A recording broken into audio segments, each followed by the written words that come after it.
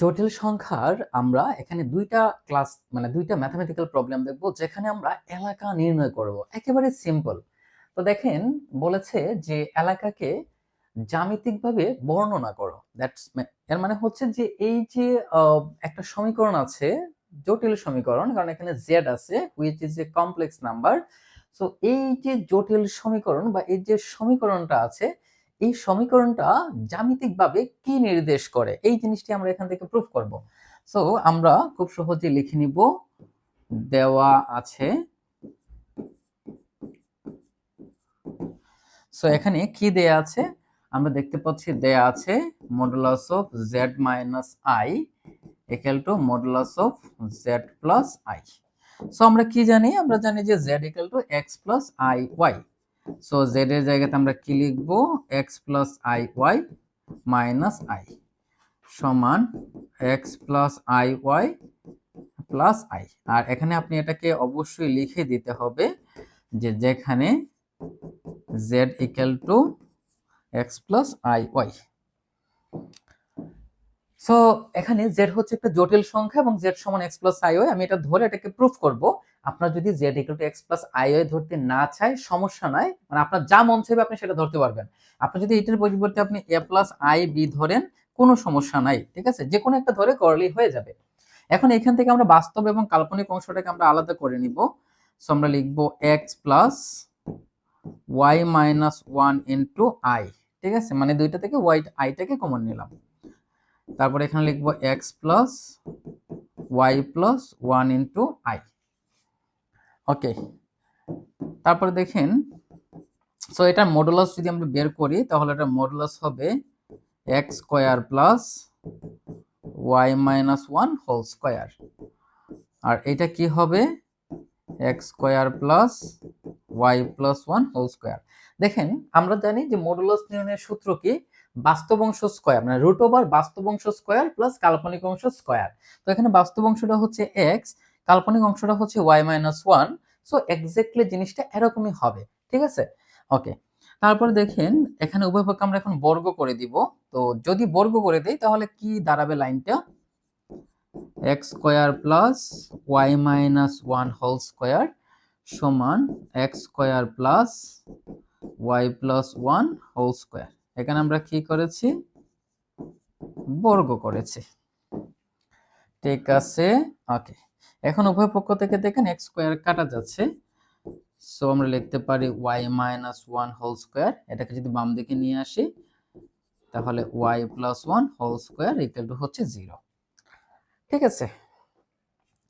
So এটাকে আমরা minus দ্বারা যদি গুণ করে দিই তাহলে আমাদের লাইনটা হবে এরকম, y plus one whole square y minus one whole square. দেখেন মাইনাস দ্বারা গুণ করে দিয়েছি, সো এটা হয়ে যাবে প্লাস, এটা হয়ে যাবে minus. So a plus b whole square minus a minus b whole square, এটা হচ্ছে 4ab সূত্র, 4ab ইকুয়াল টু হচ্ছে 0। সো 4 এবং 1 কনস্ট্যান্ট, সো এটাকে আর্গুমেন্ট করলে বাদ হয়ে যাবে।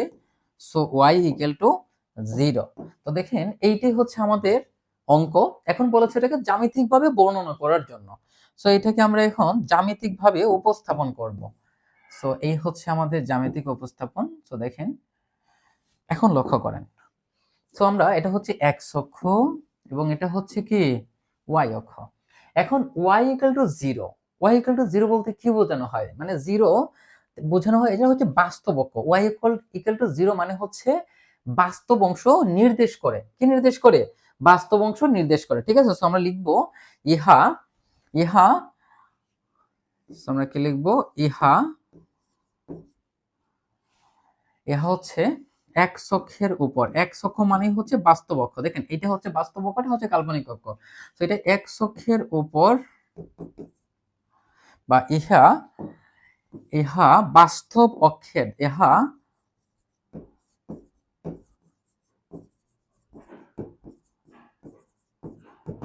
বাস্তব অক্ষের উপর সকল বিন্দুর সেট নির্দেশ করে, সকল সকল বিন্দুর সেট নির্দেশ করে, ঠিক আছে, শেষ। এখন প্রশ্ন হচ্ছে এটা বাস্তব করে আমরা বুঝলাম কিভাবে, দেখেন y ইকুয়াল টু 0 এটা হচ্ছে x অক্ষের উপর অবস্থিত, x ইকুয়াল টু 0 এটা হচ্ছে y অক্ষের উপর অবস্থিত। যদি আপনি কখনো এই টাইপের প্রবলেমগুলোকে সলভ করে এরকম একটা স্ট্রাকচার পান যে এইটা x ইকুয়াল টু 0, যদি x ইকুয়াল টু 0 হয়ে যায় তাহলে এটা দ্বারা আসলে y অক্ষকে বোঝানো হয়, ঠিক আছে। আর যদি y ইকুয়াল টু 0 হয় তাহলে সেটা বাস্তব অক্ষ অর্থাৎ x অক্ষকে বোঝানো হয়। x বাস্তব অক্ষ, y হচ্ছে কাল্পনিক অক্ষ।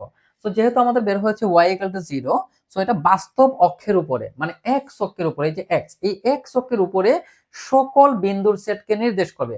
মানে এই অক্ষের উপরে যত বিন্দু আছে তার সকল বিন্দুর সেট এটাই নির্দেশ করবে। তো এইটাই হচ্ছে তার গ্রাফ, একেবারে সিম্পল একটা কনসেপ্ট। সো আশা করি আমরা এটাকে বুঝতে পেরেছি। আসেন আমরা পরের কোয়েশ্চেনটা দেখি। নিচের এলাকাকে জ্যামিতিকভাবে বর্ণনা করো। তো খুবই সিম্পল এবং কিউট একটা কোয়েশ্চেন। সো প্রথমতই আমরা লিখে নিব দেওয়া আছে, দেওয়া আছে। সো কি দেওয়া আছে এখানে? দেওয়া আছে real 1/z less than equal half, real 1/z less than equal half. So আমরা লিখব real 1/z, z equal to হচ্ছে x plus iy less than equal half. এখন প্রশ্ন হচ্ছে এটা কোথা থেকে আসলো? এটা এসেছে z equal to x plus iy থেকে। জাস্ট z এর জায়গাতে আমরা x প্লাস iy বসিয়ে দিলাম। এখন আপনাকে একটা বিষয় অলওয়েজ মনে রাখতে হবে, সেটা হচ্ছে কখনোই নিচে আই রাখা যাবে না, অর্থাৎ কাল্পনিক অংশকে কাল্পনিক সংখ্যাকে কখনোই নিচে রাখা যাবে না, কাল্পনিক সংখ্যাকে কখনোই নিচে রাখা যাবে না, অর্থাৎ আই কে নিচে রাখা যাবে না। সো আমরা লিখব রিয়েল, তারপরে দেখেন এখানে কি আছে আমাদের, এখানে আছে আমাদের x প্লাস আই ওয়াই, আমরা গুণ করব তার অনুবন্ধী জটিল সংখ্যা দ্বারা। দেখেন এখানে যে জটিল সংখ্যা আছে তার অনুবন্ধী জটিল সংখ্যা দ্বারা গুণ করব, তাহলে এটার অনুবন্ধী জটিল সংখ্যা দ্বারা উপরে এবং নিচে গুণ করব, তাহলে এখানে আছে লেস দেন ইকুয়াল হাফ। ওকে, সো আমরা আগে এটাকে একটু ক্যালকুলেশন করে নেব। তাহলে রিয়েল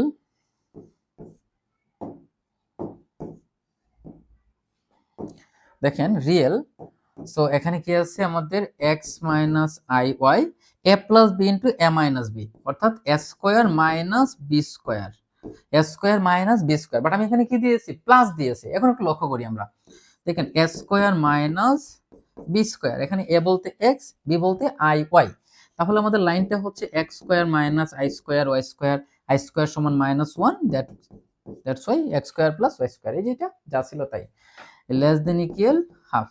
ঠিক আছে, এখন প্রশ্ন হচ্ছে বলেছে যে এই ব্র্যাকেটের ভেতরে যা থাকবে তার বাস্তব অংশ নিতে হবে, কিন্তু এই যে আই ওয়াই, এই যে আই ওয়াই মানে এই অংশটার মধ্যে মাইনাস ওইটা হচ্ছে কাল্পনিক অংশ, তো কাল্পনিক অংশটা নেওয়া যাবে না, তো বাস্তব অংশটা কি? শুধু এক্স, তো এক্স আর নিচের অংশ, নিচের অংশ পুরোটাই বাস্তব অংশ, সো আমরা শুধু এই অংশটাই নিব।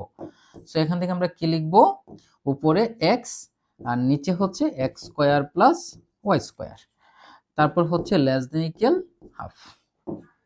আশা করি ক্লিয়ার, মানে একেবারে সিম্পল বিষয় আর কি এটা। এখন আমরা একটু গুণ করে দিই এই বরাবর 2x, দেখেন তাহলে এখান থেকে আমরা কি লিখতে পারি? 2x, এই 2 এর সাথে x কে গুণ করলে 2x less than equal x square plus y square. So এখান থেকে আমরা লিখব x square plus y square, আচ্ছা 0 less than equal x square plus y square, এই 2x কে ডান দিকে নিয়ে নিলে মাইনাস 2x। সো এই লাইনটাকে আমরা সুন্দর করে লিখতে পারি x square plus y square minus 2x greater than equal 0। এই যে দেখেন খুবই সুন্দর একটা লাইন, খুবই সুন্দর একটা লাইন। এখন এইটাকে আমরা একটু সমীকরণ বানাই, দেখেন a square minus 2ab plus b square, ঠিক আছে, তারপরে কি আছে? প্লাস y স্কয়ার, এবং এই যে 1 স্কয়ার লিখছেন এটা কিন্তু বেশি লিখেছেন, সো এটাকে আমরা ডান দিকেও লিখব, ঠিক আছে, ডান দিকেও লিখব। তাহলে এটা আমরা কি পেলাম? দেখেন x minus 1 whole square plus y square greater than equal 1 square. So দেখেন এইটা কিন্তু একটা বৃত্তের সমীকরণ, এটা একটা কি বৃত্তের সমীকরণ, ঠিক আছে। কিভাবে, আপনার মনে প্রশ্ন আসতে পারে যে কিভাবে এটা বৃত্তের সমীকরণ। দেখেন এটাকে আপনি যদি চান তাহলে আরেকটু মডিফাই করতে পারেন। কিভাবে, দেখেন x minus one whole square plus Y minus zero whole square, মানে ওয়াই স্কোয়ারকে আমরা Y minus zero whole square লিখতে পারি, greater than equal one square, যা এবং এই বৃত্তের কেন্দ্র কত 10, যা 10 কেন্দ্র এবং ব্যাসার্ধ কত 1, 1 একক ব্যাসার্ধ বিশিষ্ট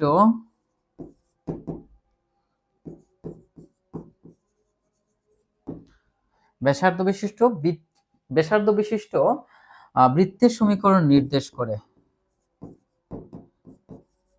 বৃত্তের সমীকরণ নির্দেশ করে।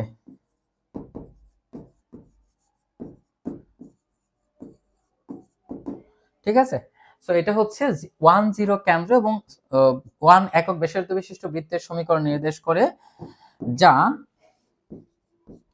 দেখেন গ্রেটার দেন ইকুয়াল 1, ইকুয়াল যদি থাকে তাহলে শুধু 1 একক ব্যাসার্ধ, কিন্তু গ্রেটার দেনের সাথে কি আছে, মানে ইকুয়ালের সাথে কি আছে, গ্রেটার দেনটাও আছে, তার মানে গ্রেটার দেন ইকুয়াল, তার মানে 1 সহ 1 থেকে বড়। ঠিক আছে, তো যা 1 সহ এর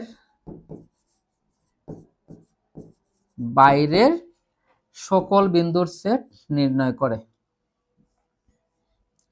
বাইরের সকল বিন্দুর সেট নির্দেশ করে। ঠিক আছে, এখন এইটার কিন্তু চিত্র অঙ্কন করতে হবে ভাই, চিত্র কিন্তু আপনারা অঙ্কন করেন নাই। ঠিক আছে, এখন এইটার আমরা একটু চিত্র অঙ্কন করি, যেটা চিত্রটা অ্যাকচুয়ালি কেমন হয় সেটাও একটু দেখার বিষয়। আচ্ছা, এটার চিত্রটা একটু সুন্দর করে আমরা অঙ্কন করব এখানে। ওকে, সো আমরা এইটার একটু চিত্র অঙ্কন করব। সো এটাকে একটু ডান দিকে নিয়ে আসলাম। ওকে, এখন আসেন এটার আমরা চিত্র অঙ্কন করি।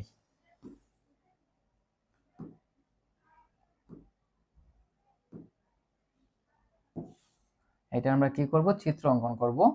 ওকে, সো এইটার কেন্দ্র কত 1, 0, এটা কেন্দ্র হচ্ছে 1, 0। সো সো আমরা একটু পরিমাপ দিই। সো এটা হচ্ছে 1, এইটা হচ্ছে 2। ঠিক আছে, এটা হচ্ছে -1, -2, -1, -2, 1, 2। এখন 1, 0 কেন্দ্রটাকে আমরা আগে আইডেন্টিফাই করব। সো এই এক্স অক্ষ বরাবর হচ্ছে 1 এবং ওয়াই অক্ষ বরাবর হচ্ছে 0। সো এইটা হচ্ছে আমাদের 1, 0 কেন্দ্র, 1, 0 কেন্দ্র। দেখেন এই যে 1, 0 কেন্দ্র এবং ব্যাসার্ধ কত 1। সো এখান থেকে এখানে আমরা যাব, তারপর 1 একক ব্যাসার্ধ নিয়ে আমরা বৃত্ত অঙ্কন করব। ঠিক আছে, সো আমরা এখান থেকে বৃত্তটা অঙ্কন করব।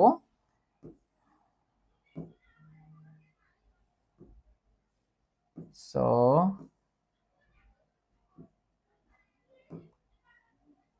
বরাবর আসতে হবে। হ্যাঁ, হয়ে গেছে। তো দেখেন এই হচ্ছে আমাদের চিত্র। এখন এখানে কিন্তু শেষ হয় নাই। সো এই যে 1 একক ব্যাসার্ধ, এটাকে এখানে দেখিয়ে দিব আমরা। এটা হচ্ছে এই 1 একক হচ্ছে ব্যাসার্ধ এবং 1, 0 হচ্ছে কেন্দ্র। এখন দেখেন এই তো আমাদের চিত্র অঙ্কন করা শেষ। ঠিক আছে, চিত্র অঙ্কন করা শেষ এবং এখন এটা এই যে ছায়াময় এলাকা, অর্থাৎ এটার এলাকাটা অ্যাকচুয়ালি কোথায়, এলাকাটা হচ্ছে এই যে বক্স, এই বক্স থেকে শুরু করে এর বাইরের সকল এরিয়াটাকে এটাই নির্দেশ করে। ঠিক আছে, সো এর বাইরের সকল এলাকা, সো এর বাইরে যা আছে এটাকে আপনি আপনার ইচ্ছা মতো করে দিতে পারেন, যেভাবে আপনার ভালো মনে হয়। সো আমি যদি একটু সহজ ভাবে দেই,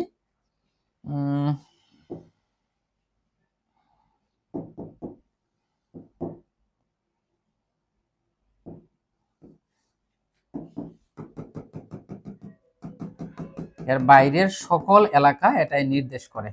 ঠিক আছে, এর বাইরের সকল এলাকা, এর বাইরে এই 1 থেকে শুরু করে, এই 1 থেকে শুরু করে 1 এর বাইরের যত এলাকা আছে সবকিছু এটা নির্দেশ করে। ঠিক আছে, তো এই ছিল এটার চিত্র।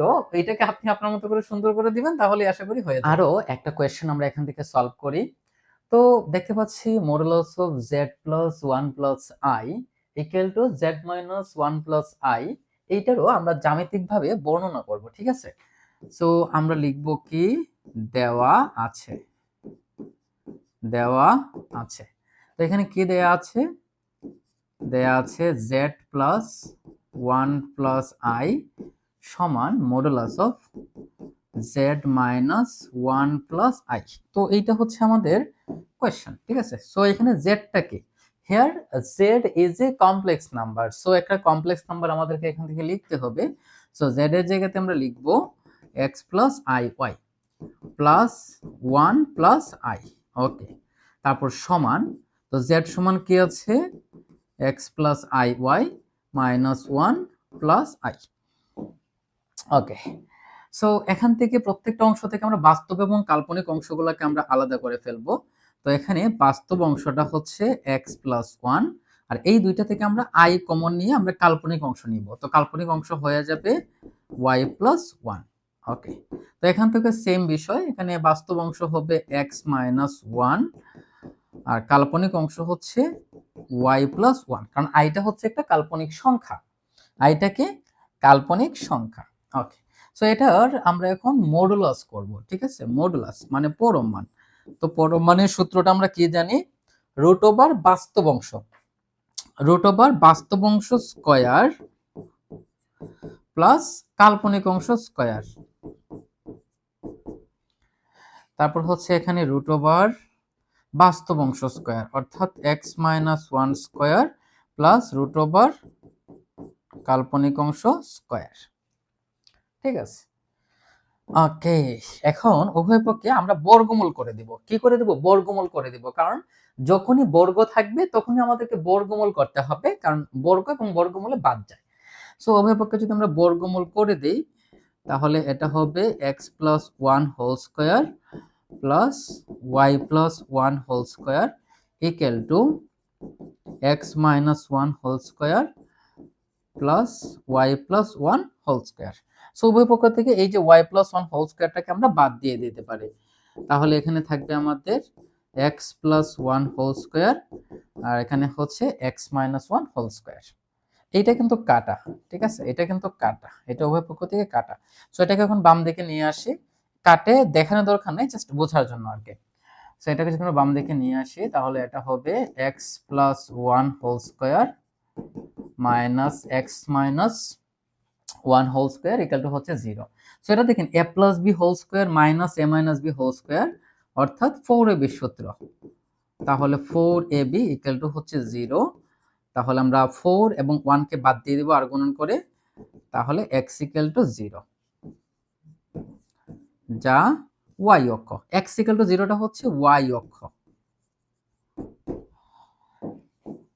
y অক্ষ মানে কি? y অক্ষ মানে হচ্ছে কাল্পনিক অক্ষ। সো এটার আমরা গ্রাফটাকে আগে অঙ্কন করে নেই, এটার গ্রাফটাকে আগে আমরা অঙ্কন করে নেই। তাহলে দেখেন এই হচ্ছে আমাদের x অক্ষ, এই হচ্ছে আমাদের y অক্ষ। তো এটা হচ্ছে x অক্ষ, এটা হচ্ছে y অক্ষ, ঠিক আছে? এটা হচ্ছে মূল বিন্দু। তো এটা হচ্ছে x ইকুয়াল টু 0, যা হচ্ছে y অক্ষ, অর্থাৎ এই y অক্ষ। সুতরাং আমরা বলতে পারি যে এলাকাটি, আমরা কি বলতে পারি, এলাকাটি y অক্ষ মানে হচ্ছে কাল্পনিক অক্ষ। এই যে x অক্ষ, এটা হচ্ছে বাস্তব অক্ষ, এটা হচ্ছে কাল্পনিক অক্ষ। সো এলাকাটি কাল্পনিক অক্ষ নির্দেশ করে, কাল্পনিক অক্ষ নির্দেশ করে। সো একেবারেই সহজ কোয়েশ্চেন, আশা করি আমরা বুঝতে পেরেছি।